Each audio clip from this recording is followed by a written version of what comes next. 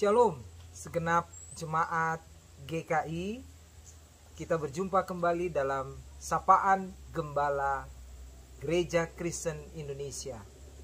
Dari Tanah Toraja ini, saya menyapa Anda. Di awal video tadi, saudara bisa melihat bagaimana gambaran sebuah lumbung yang ada di Tanah Toraja. Karena itu, saya mengajak saudara untuk mendalami firman Tuhan tentang kisah seorang kaya yang memiliki banyak lumbung. Mari kita awali dengan berdoa. Ya Tuhan Allah Bapa kami, terima kasih untuk kasih setiamu sepanjang hidup kami hari ini. Hari ini kami mohon Tuhan bersabda bagi kami sehingga kami memperoleh bimbingan dari firman-Mu. Kami berdoa di dalam nama Tuhan Yesus Kristus. Amin. Saudara-saudara yang akan kita renungkan, saya ambil dari Injil Lukas pasal 12 ayat 16 sampai 21. Lalu ia menyampaikan kepada mereka suatu perumpamaan. Ada orang kaya, tanahnya berlimpah-limpah hasilnya. Ia bertanya dalam hatinya, apakah yang harus aku perbuat?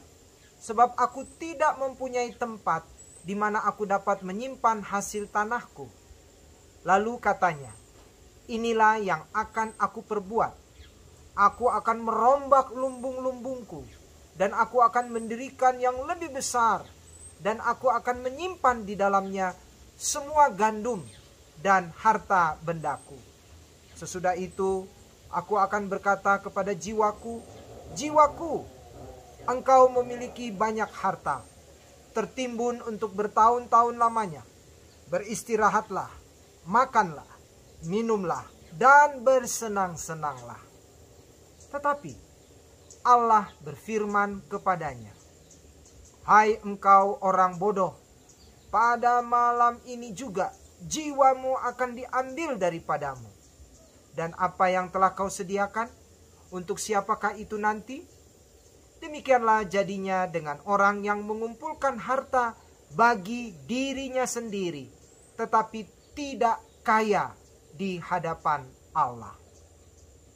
Saudara-saudara, renungan ini saya beri judul berbagi berkat kepada sesama.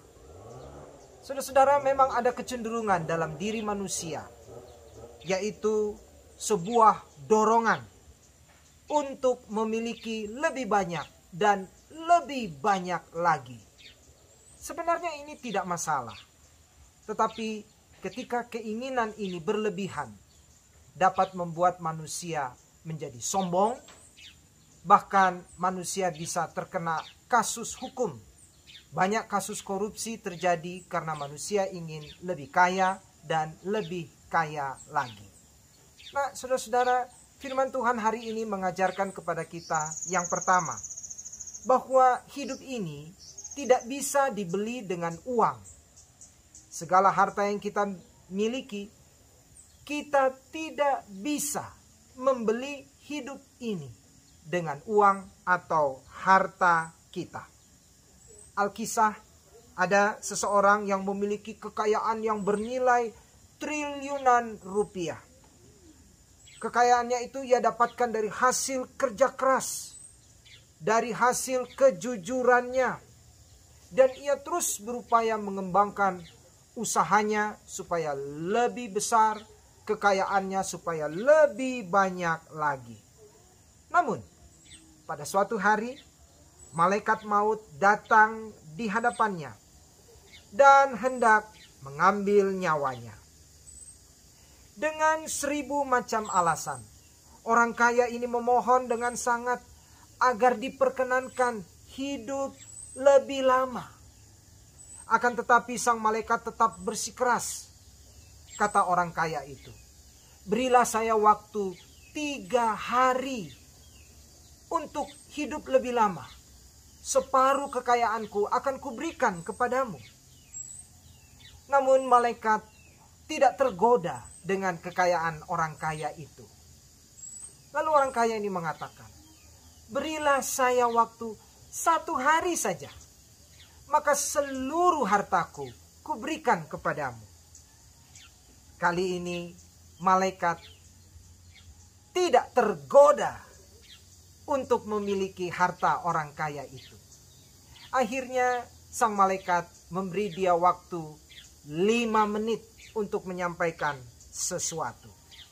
Maka orang kaya itu mengatakan, "Hai engkau sahabatku, siapapun engkau yang kebetulan menemukan tulisan ini, kekayaanmu yang berlimpah tidak dapat membeli waktu hidupmu lebih lama. Itulah yang terjadi pada diri saya. Karena itu, hiduplah bijaksana dengan kekayaanmu." Itulah waktu 5 menit yang diberikan oleh malaikat kepada orang kaya itu untuk menyampaikan hikmat kepada manusia, agar manusia tidak mengejar kekayaan sepanjang hidupnya. Yang kedua, saudara, firman Tuhan ini mau mengajarkan bahwa segala berkat yang kita punya itu adalah pemberian Tuhan. Kita dapat menikmati banyak harta, kita dapat mengembangkannya. Itu semua sebenarnya tetaplah milik Tuhan. Jangan pernah kita menyangka bahwa semua itu adalah hasil dari upaya kita. Tidak, di dalamnya tetaplah ada berkat Tuhan. Namun, kita tidak boleh dikuasai oleh harta kita. Karena semua yang kita dapat, harta itu tidak dapat kita bawa ke dalam kekekalan. Rumah hanyalah sebuah kotak tempat berlindung dari hujan dan panas. Mobil hanyalah sebuah alat yang dapat membawa kita dari satu tempat ke tempat lainnya. Rumah, mobil, emas, berlian tidak dapat kita bawa ketika kita meninggal dunia. Semua harta kita tidak dapat kita bawa dalam hidup yang kekal. Karena itu, harus selalu kita ingat, segala yang kita punya adalah pemberian Tuhan. Maka Tuhan dapat mengambilnya kapan saja yang Ia mau.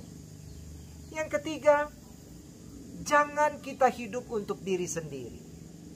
Saudara-saudara, kalau kita menghitung ada berapa banyak kata aku dan kata milikku dalam bacaan Injil tadi.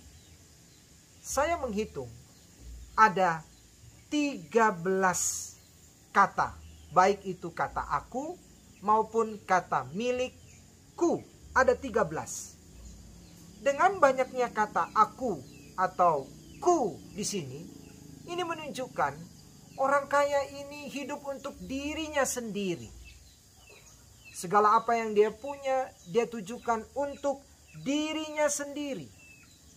Padahal semua yang dia sudah kumpulkan, pada akhirnya dia harus tinggalkan. Tinggalkan untuk siapa?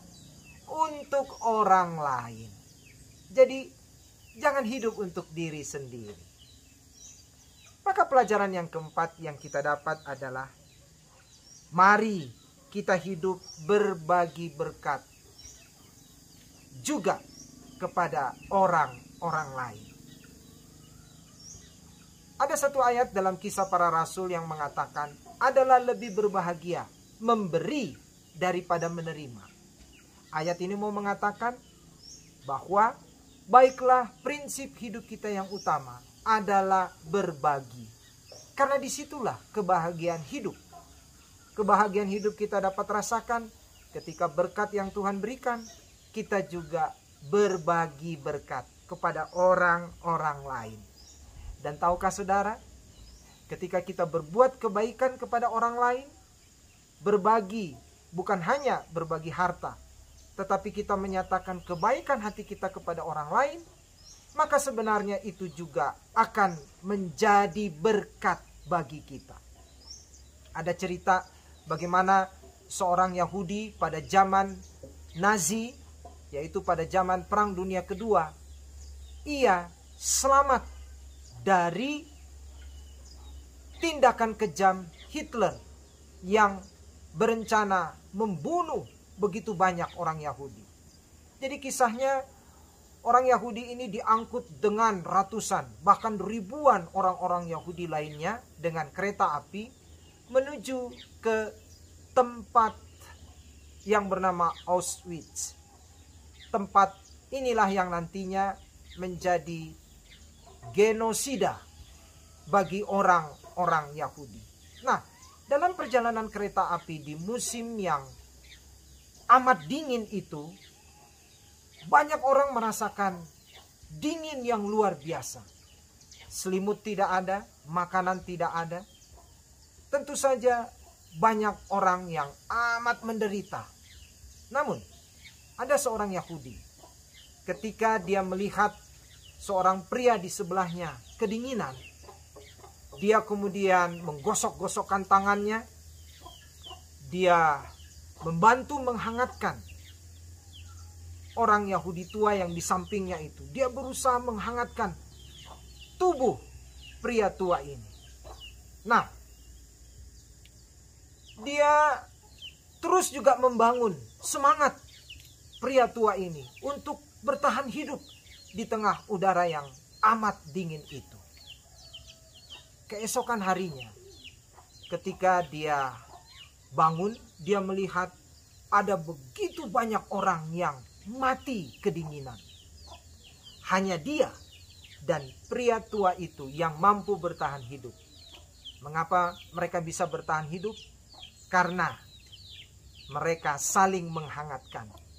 Pria ini berusaha menghangatkan tubuh pria tua di sampingnya sehingga mampu bertahan hidup. Dan ketika juga dia berupaya menghangatkan tubuh pria itu, tubuhnya juga menjadi hangat sehingga ia pun bertahan hidup. Jadi saudara, mari kita berbagi berkat kepada sesama. Apa yang kita punya, mari kita bagikan kepada orang-orang lain. Karena memang itulah tujuan hidup kita. Amin. Mari kita berdoa. Ya Tuhan Allah Bapa kami, terima kasih untuk firman Tuhan yang mengingatkan kami supaya kami menjadi pribadi yang bermurah hati, supaya kami mau berbagi berkat kepada orang-orang lain, karena memang itulah tujuan hidup kami. Terima kasih ya Tuhan untuk berkat-berkat-Mu sepanjang hidup kami, dan jadikan kami saluran berkat Tuhan. Terima kasih Bapa. Kami berdoa di dalam nama Tuhan Yesus Kristus. Amin. Saudara-saudara, sampai jumpa di Sapaan Gembala GKI berikutnya. Shalom.